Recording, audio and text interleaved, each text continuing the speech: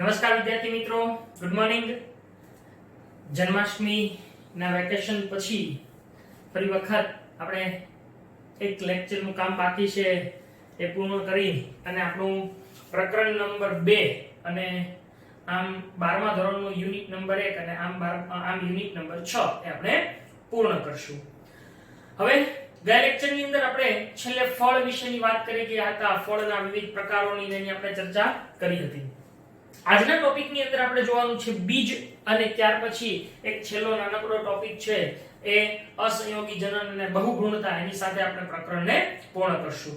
તો શરૂઆત કરીએ બીજ. બીજ એ શું છે? આપણને ખબર છે કે જ્યારે લિંગી પ્રજનન થાય છે ત્યારે જે અંડક હોય એનું બીજમાં રૂપાંતર થાય છે.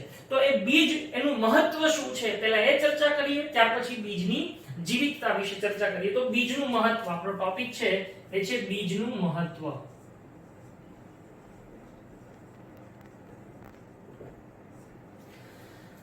કોઈ પણ બીજ હોય એ લિંગી પ્રજનન છે એની અંતિમ નિપજ છે.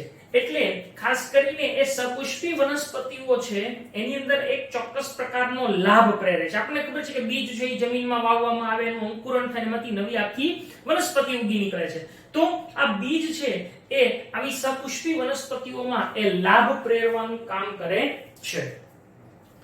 અગાઉ આપણે જોઈ ગયા એ પ્રમાણેની જે પ્રથમ જોવા મળતી ઘટનાઓ જેવી કે પરાગનયન અને ફલન, આ બંને જે પ્રાજનનિક ઘટનાઓ છે, બંને પ્રાજનનિક ક્રિયાઓ છે એ પાણી પર આધારિત નથી. હા, ઘણી વનસ્પતિઓમાં પાણી પર આધારિત છે, પણ બધામાં વનસ્પતિઓમાં પાણી પર આધારિત નથી. જ્યારે આ જે બીજનું નિર્માણ થવાનું છે એ બીજ નિર્માણ એ હંમેશા પાણી ઉપર આધારિત રહેતી હોય છે. આથી બીજ નિર્માણમાં પાણી એ ખૂબ મહત્વનો ભાગ ભજવે છે. આપણે જાણીએ છીએ કે બીજ હોય એને તમે કોઈ પણ વાતાવરણમાં નાખો છો તો એ બીજ છે એ કોઈ પણ વાતાવરણમાં વિકિરણ પામવા માટે એ અનુકૂલન ધરાવે છે. કેટલાક બીજ છે એ અનુકૂલિત નથી થતા, પરંતુ મોટા ભાગે જે બીજ છે એ શું છે તો કે કોઈ પણ વાતાવરણની અંદર વિકિરણ થવા માટે અનુકૂલિત થયેલા હોય છે અને એ પોતાના જે જાતિ હોય એના લક્ષણો અને એમાં પોતાનાપણું જાળવવામાં પણ ખૂબ મહત્વનો ભાગ ભજવે છે.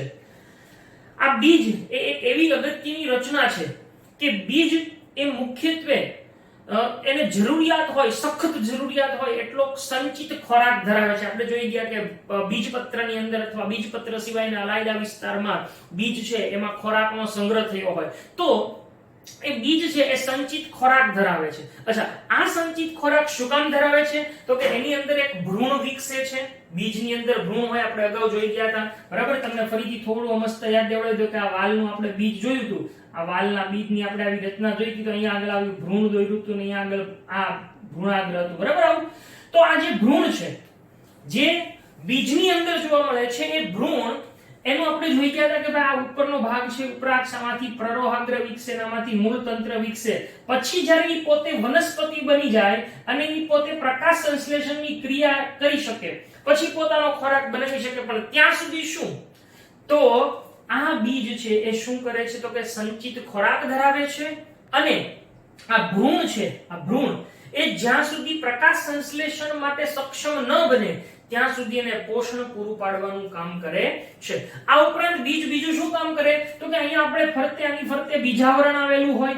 આ બીજાવરણ શું કરે છે? અંદર રહેલા ભ્રૂણનું રક્ષણ પણ કરે છે. એટલે બીજ એ સંચિત ખોરાક ધરાવી અને ભ્રૂણને પોષણ આપે અને બીજનું આવરણ છે એ ભ્રૂણનું રક્ષણ કરવાનું કામ કરે છે. બીજું કે આ બીજ છે એ ખરેખર લિંગી પ્રજનનની પેદાશ છે. હવે લિંગી પ્રજનન થાય એટલે સ્વાભાવિક આપણે 11મા ધોરણની અંદર ભણી ગયા છીએ કે લિંગી પ્રજનનની અંદર અર્ધીકરણ થતું હોય. ઈ દરમિયાન જે વ્યતિકરણ થાય છે એટલે રંગસૂત્રના ટુકડાઓની અદલાબદલી થવાથી લક્ષણોમાં ફેરફાર થાય છે. એટલે આમ લિંગી પ્રજનનની નિપજ હોવાથી અહીંયા આગળ ભિન્નતા પણ આપણને થતી જોવા મળે છે. આ બીજ છે એ મુખ્યત્વે જ્યારે પુખ્ત બને છે ત્યારે એ પુખ્ત બીજ એને આપણે વાવીએ છીએ. એટલે કે બીજ આપણી કૃષિનો પાયો છે. આજે તમે જુઓ કે કૃષિની અંદર મહત્વ કોણ ધરાવે છે? બીજ ધરાવે છે. તો આ બીજ એ કૃષિનો મહત્વનો પાયો છે.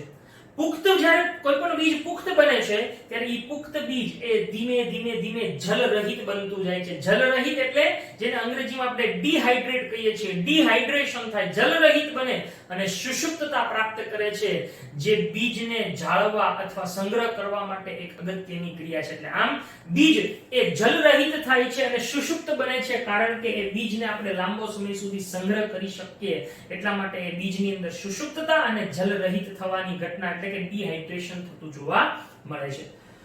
બીજ છે એ ડિહાઇડ્રેટ થાય એટલે એને આપણે ઘણા લાંબા સમય સુધી સાચવી શકીએ છીએ અને જમીનમાં એને વાવી અને એમાંથી નવી વનસ્પતિ પાક છે એને ઉગાડી શકીએ છીએ. તો આમ આ બીજ એ આપણા માટે ખરેખર ખૂબ અગત્યની એવી એક રચના છે.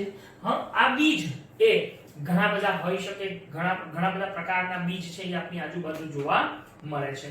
તો આ બીજ છે એની આપણે ચર્ચા કરી ગયા, તો એને આપણે પહેલા એક એક મુદ્દાસર લખતા જઈએ, ત્યાર પછી એમાં આગળ જોઈએ છીએ. બરાબર?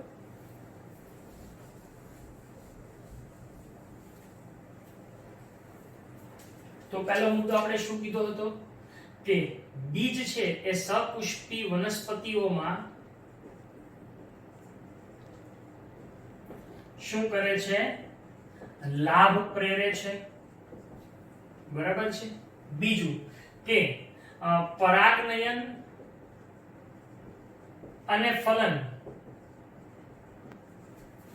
એ બંને શું છે? તો કે પાણી પર આધારિત નથી. બરાબર છે? જ્યારે બીજ નિર્માણ છે એ શું છે? તો કે બીજ નિર્માણ એ પાણી પર આધારિત છે.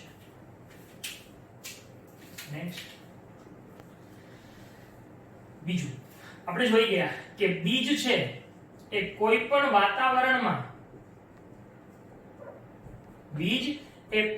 વાતાવરણમાં વિકિરણ પામવા માટે અનુકૂલિત થયેલું હોય છે અને એ પોતાની જાતિનું પોતાનાપણું જાળવી રાખવામાં મહત્વનો ભાગ ભજવે છે. બીજું કે બીજ છે એ સંચિત ખોરાકથી સમૃદ્ધ હોય છે. બીજ એ સંચિત ખોરાકથી સમૃદ્ધ હોય છે અને ભ્રૂણ છે એ જ્યાં સુધી શું ન કરી શકે? પ્રકાશ સંશ્લેષણ કરવા સક્ષમ ન બને ત્યાં સુધી શું કરે છે? એ ભ્રૂણને પોષણ પૂરું પાડે છે. આ ઉપરાંત જે બીજાવરણ છે એ શું કરે છે? તો કે બીજાવરણ એ ભ્રૂણનું રક્ષણ કરવાનું કાર્ય કરે છે. નેક્સ્ટ એમાં આગળ આપણે એવું કીધું હતું કે બીજ છે એ ખરેખર લિંગી પ્રજનનની નીપજ હોવાથી એની અંદર શું ઉત્પન્ન થાય છે? તો કે ભિન્નતા ઉત્પન્ન થતી જોવા મળે છે. નેક્સ્ટ બીજ છે એ આપણી કૃષિનો પાયો છે. ઓકે, પુખ્ત બીજની અંદર કઈ કઈ બે બાબતો જોવા મળે છે? તો કે પુખ્ત બીજનું જલરહિત થવું એટલે કે ડિહાઇડ્રેશન થાય અને બીજું શું થાય છે? તો કે બીજની સુષુપ્તતા આવે છે. આ જલરહિત થવું અને સુષુપ્તતા પ્રાપ્ત કરવી એ બીજ સંગ્રહ માટે શું છે? ખૂબ અગત્યની ક્રિયા છે. આ બીજને સંગ્રહ કરી એને સંગ્રહ કરી અને શું કરી શકાય છે? એને જમીનમાં વાવીને એમાંથી પાક છે ઈ મેળવી શકાય છે. ઓર્કિડનું ફળ હોય તો એ ઘણા બધા બીજ ધરાવે છે. એમ કેટલીક કેટલીક વનસ્પતિઓ છે જે પરોપજીવીઓ છે અથવા તો જેને આપણે કહીએ કે બીજા પર આધારિત છે એવી કેટલીક વનસ્પતિની જાતો છે એ પણ શું ધરાવે છે તો કે એના ફળમાં ઘણા બધા બીજ ધરાવે છે. બરાબર છે.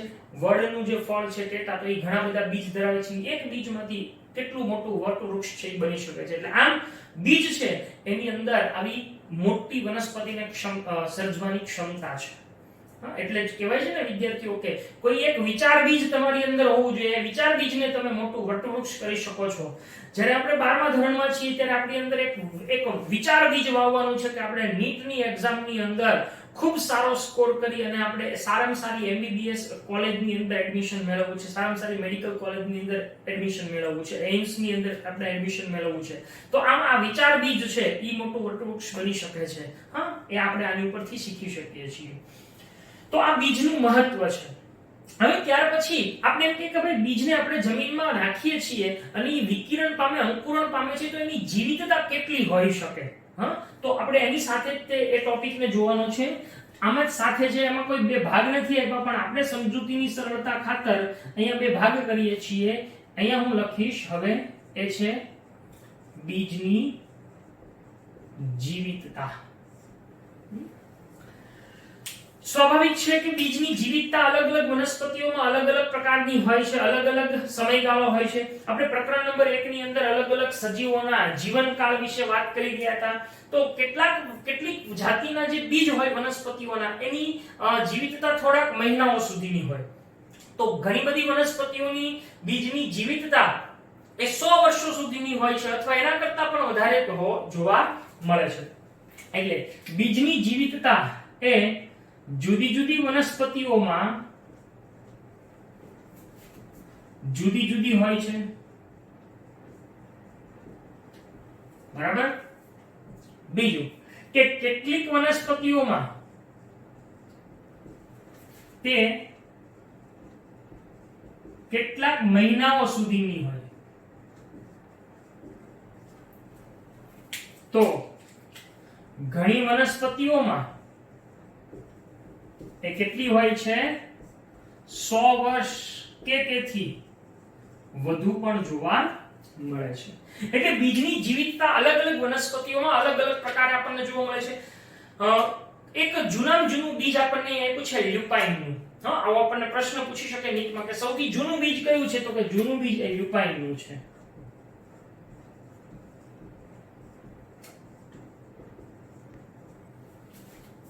લ્યુપાઇન આર્કિટિક્સ. આ લ્યુપાઇન આર્કિટિક્સ છે એ આર્કટિક ટુન્ડ્રાની અંદર ક્યાં આગળ જોવા મળે છે? આર્કટિક ટુન્ડ્રાની અંદર લગભગ કેટલા વર્ષ જાણીને તમને નવાઈ લાગશે 10,000 વર્ષ સુધી સુષુપ્તાવસ્થામાં રહીને 10,000 વર્ષ સુધી આ આંકડો યાદ રાખજો. લ્યુપાઇન આર્કિટિક્સ નામનું બીજ છે એ 10,000 વર્ષ સુધી સુષુપ્તાવસ્થા બાદ શું થયું હતું તો કે બીજ છે એ વિકિરણ થયું હતું. એટલે કે બીજ છે એ અંકુરણ થયું હતું અને એની અંદર પુષ્પ છે એનું સર્જન થયું હોવાના કેટલાક અપેક્ષિત પુરાવાઓ જોવા મળે છે. તો આવું ખૂબ જૂનું બીજ છે એ પણ પૃથ્વી પર હોય એવા અપેક્ષિત પુરાવાઓ જોવા મળ્યા છે. તાજેતરની અંદર જ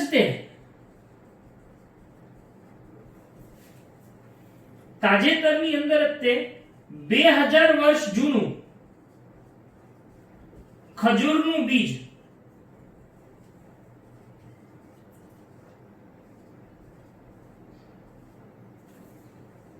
હોવાના પુરાવાઓ મળ્યા છે. બરાબર છે. આ ઉપરાંત પુરાતત્વીય ઉત્ખનન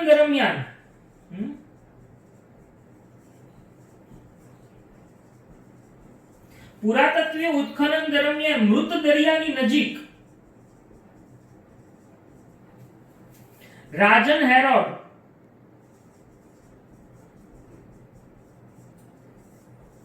એના મહેલમાંથી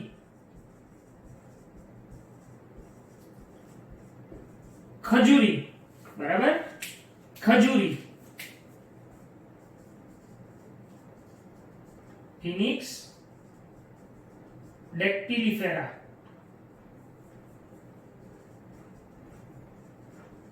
એનું નામ છે, ખજૂરી એ મળી આવી હતી.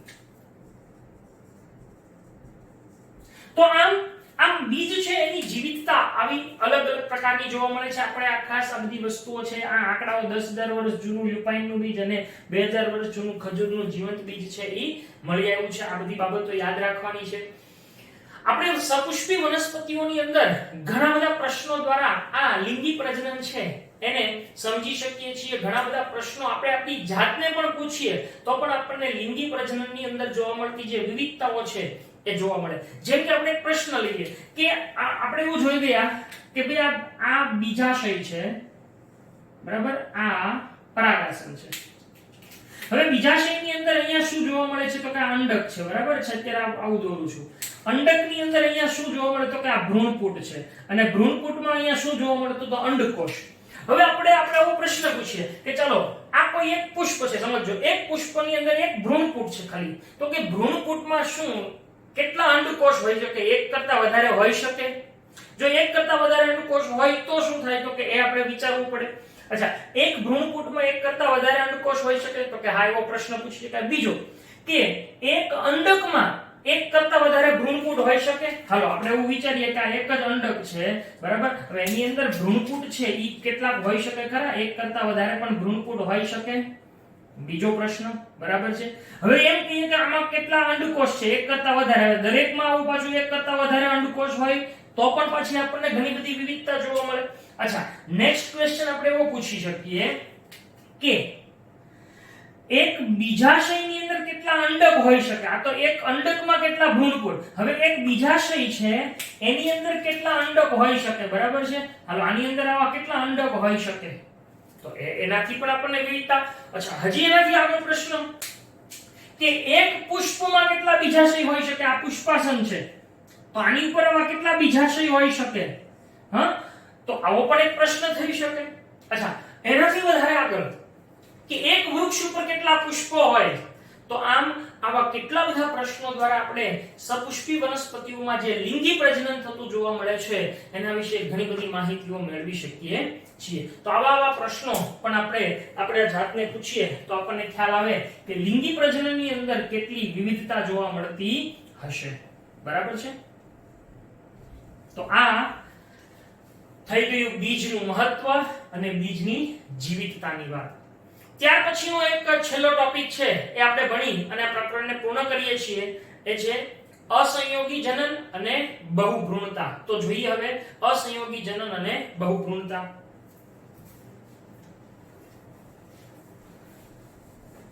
જો આ દરેકે દરેક ટોપિક્સ છે એ મોસ્ટલી ઇન્ફોર્મેટિવ છે, માહિતી આધારિત છે, એટલે આને તમારે પાકા કરવાના છે, યાદ રાખવાના છે, બરાબર. કોન્સેપ્ચ્યુઅલી અને મેમરી બેઝ આવા બે પ્રકારના પ્રશ્નો આપણને પૂછાતા હોય મોસ્ટલી. તો આ બધા છે એ મેમરી બેઝ ટોપિક હોય અને આપણે યાદ રાખવાનું છે.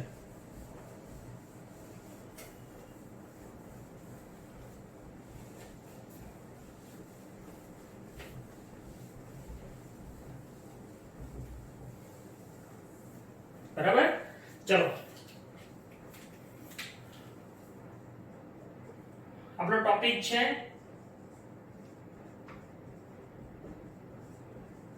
અસંયોગી જનન અને બહુભ્રૂણતા, બરાબર.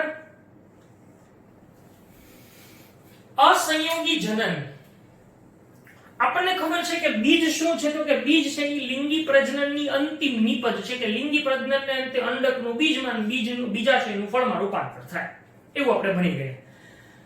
તો બીજ એ લિંગી પ્રજનનની અંતિમ નિપજ છે એટલે એનો મતલબ કે બીજનું નિર્માણ થવું હોય તો લિંગી પ્રજનન થવું જોઈએ છે. લિંગી પ્રજનન એટલે ફલન થવું જોઈએ ને, અંડકોષ ને શુક્રકોષ જેમ આપણે એમ કહીએ કે ભાઈ ભેગા થવા જોઈએ અને ફલન કહીએ એમ એ નર અને માદા પ્રજનન કોષ ભેગા થવા જોઈએ તો ફલન થાય અને એને અંતે બીજ બને. પરંતુ કેટલીક વનસ્પતિઓ ખાસ કરીને એસ્ટરેસી કુળની અને ઘાસના કુળની કેટલીક વનસ્પતિઓમાં ફલન વગર બીજનું નિર્માણ થાય છે. જેમ આપણે ખબર ફલન વગર આપણે જે બીજાશય છે એની અંદરથી ફળનું નિર્માણ થવાને બદલે બીજા ભાગોમાંથી ફળનું નિર્માણ થતું, એમ અહીંયા આગળ એમ કહે છે કે ફલન થયા વગર જ બીજનું નિર્માણ થાય તો એને શું કહેવાય? અનિર્ભેળતા. એનો બીજો શબ્દ છે અનિર્ભેળતા અથવા એને અસંયોગી જનન તરીકે ઓળખવામાં આવે છે. હવે અહીંયા સિમ્પલ છે કે જો અસંયોગી જનન છે એ ફલન વગર થતું હોય તો એનો મતલબ કે ફલન નથી થતું એટલે કે નર અને માદા પ્રજનન કોષો ભેગા નથી થતા, અને એની સિવાયના એની બીજા ભાગોમાંથી બનતું હોય તો એનો મતલબ કે એક પ્રકારે અલિંગી પ્રજનન હોવું જોઈએ. એટલે અસંયોગી જનન એક પ્રકારે અલિંગી પ્રજનન જ છે જેની અંદર લિંગી પ્રજનનની નકલ કરવામાં આવે છે. આવા અસંયોગી બીજ એ ઘણી રીતે ઉત્પન્ન થઈ શકે છે. આપણે જોઈએ તો પહેલા તો અસંયોગી જનન એટલે શું આ શબ્દથી આપણે પરિચિત થઈએ.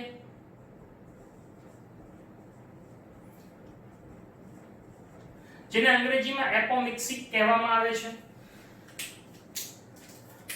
કે સિમ્પલી કહીએ તો ફલન વગર બીજ નિર્માણ ને શું કહેવામાં આવે છે? અસંયોગી જનન કહે છે. આ અસંયોગી જનન એ મુખ્યત્વે કેવું છે તો કે એ એક પ્રકારે અલિંગી પ્રજનન જ છે જેમાં શું કરવામાં આવે છે તો કે જેમાં લિંગી પ્રજનન છે એની નકલ કરવામાં આવે છે, કોપી થાય. બરાબર. નેક્સ્ટ, આ અસંયોગી બીજ ઘણી રીતે ઉત્પન્ન થાય છે. આવા બીજ ઘણી રીતે ઉત્પન્ન થાય છે. અસંયોગી જનન 4 પ્રકારના છે એ હું તમને મોકલીશ આખી વાત. આવા બીજ ઘણી રીતે ઉત્પન્ન થાય છે જેમ કે અને આવું કોની અંદર ફલન વગર બીજનું નિર્માણ થાય છે મેં તમને કીધું હતું. કોની અંદર? એસ્ટરેસી અને ઘાસ ના કુળ ની વનસ્પતિઓ. બરાબર. એસ્ટરેસી અને ઘાસના કુળની વનસ્પતિઓમાં આવા બીજ કઈ રીતે ઉત્પન્ન થાય છે તો કે સામાન્ય રીતે એવું બનતું હોય છે કે જે ફલન થતા પહેલા જે આપણે પૂર્વ ફલન ઘટના કહીએ છીએ જેમાં પ્રજનન કોષોનું નિર્માણ થાય છે, જન્યુ જનન થાય છે. બરાબર. એ જન્યુ જનન વખતે અંડકોષ બને. ઈ અંડકોષમાં અર્ધીકરણ ન થાય. અચ્છા, હવે અર્ધીકરણ ન થાય એટલે ઈ જે અંડકોષ હોય કેવો રહે? દ્વિકીય. એકકીય બનવાને બદલે કેવો રહે છે? દ્વિકીય અંડકોષ બને. અને ઈ દ્વિકીય અંડકોષમાં ફલન વગર જ તે શું થાય છે? બીજનું નિર્માણ થતું હોય છે. તો આવી રીતે ફલન વગર બીજનું એટલે કે અંડકોષમાંથી જ સીધું શું થતું હોય છે? બીજનું નિર્માણ થઈ જતું હોય છે ફલન વગર. તો જેમ કે શું થાય છે? અર્ધીકરણ વગર અંડકોષ છે એનું નિર્માણ થાય જેના પરિણામે શું થાય છે? દ્વિકીય અંડકોષ બને છે. અને આ દ્વિકીય અંડકોષ એ શું થાય છે તો કે એ ભ્રૂણમાં વિકસે છે, ભ્રૂણમાં પરિણમે છે અને એમાંથી પછી બીજ બને છે. તો આવી રીતે અસંયોગી જનનની અંદર આવું અર્ધીકરણ વગર અંડકોષ છે એનું નિર્માણ થઈ જાય છે. એટલે કે એમાં દ્વિકીય અંડકોષ, દ્વિકીય એટલે ખ્યાલ છે ને 2n બને છે અને એના કારણે એમાંથી બીજ બને એટલે એને અસંયોગી જનન કહેવામાં આવે છે. ત્યાર પછી છે બહુભ્રૂણતા. અચ્છા, ભ્રૂણ એટલે આપણને ખબર છે. તો બહુભ્રૂણતા કોને કહેવાય?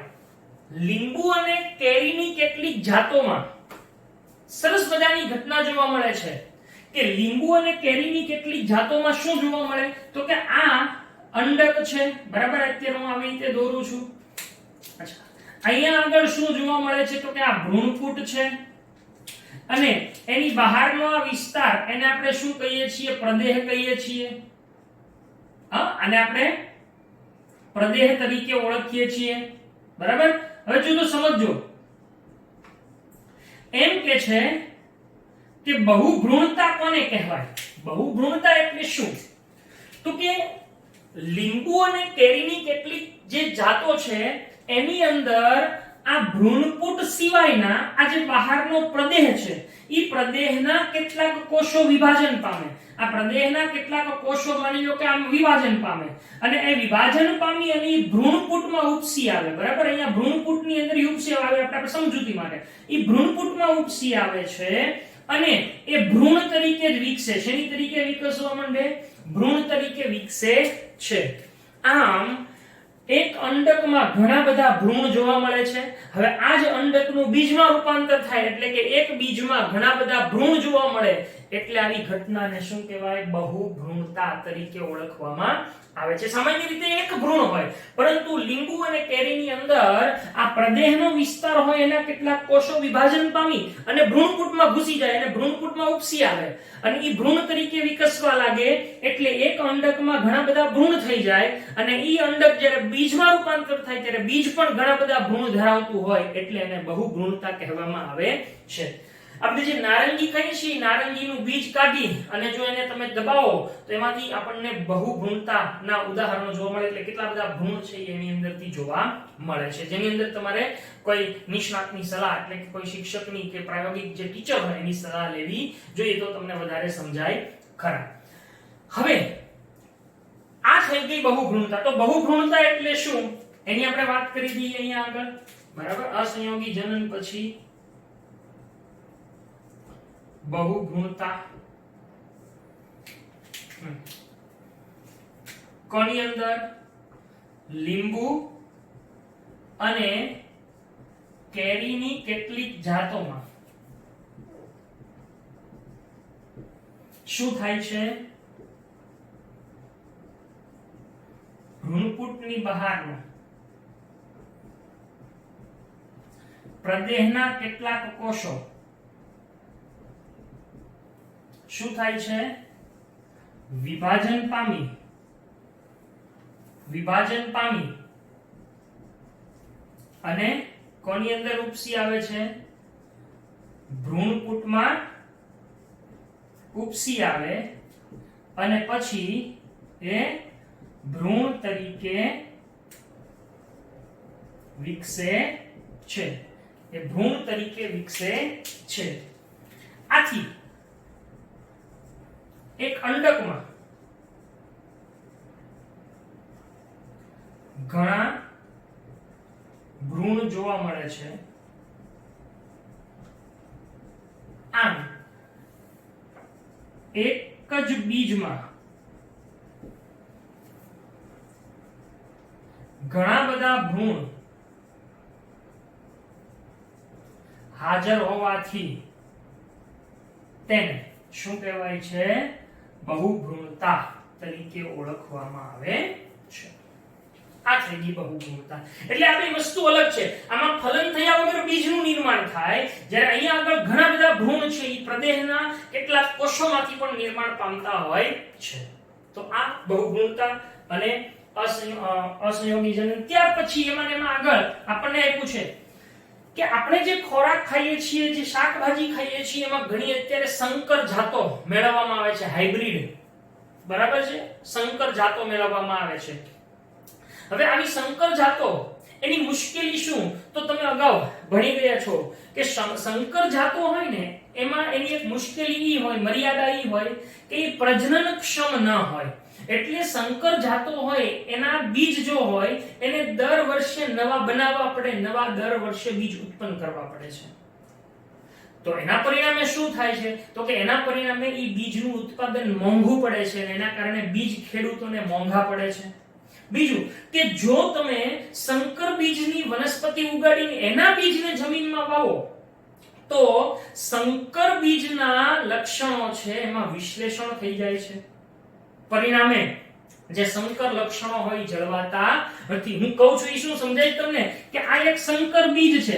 ચાલો આ સંકર બીજમાંથી વનસ્પતિ ઉગી નીકળી. અચ્છા, એને જે બીજ બનાવ્યું એને તમે જો જમીનમાં વાવો તો આ જે વનસ્પતિ ઉગે ઈ આની જેવા લક્ષણો ધરાવતી હોય નહીં, કારણ કે ત્યારે લક્ષણોનું વિશ્લેષણ થઈ જાય છે.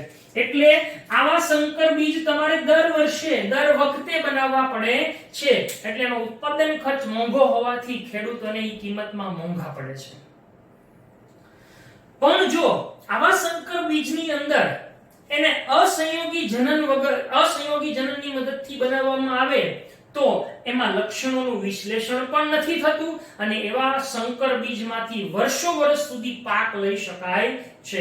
આમ આ અસંયોગી જનન એ આવા સંકરણ બીજ ઉત્પન્ન કરવા માટે ખૂબ મહત્વનો ભાગ ભજવતું હોય. એટલે આજે વિશ્વની અંદર આવા સંકર બીજ છે એની અંદર સંશોધનો ઘણા બધા થઈ રહ્યા છે. અસંયોગી જનન ક્ષેત્રે ઘણા બધા સંશોધનો થઈ અને સંકર જાતો છે એ મેળવવામાં આવે છે. તો આમ આ અસંયોગી જનન અને બહુભ્રૂણતા સાથે આપણું આ પ્રકરણ અને આ યુનિટ છે અહીંયા પૂર્ણ થાય છે. Thank you.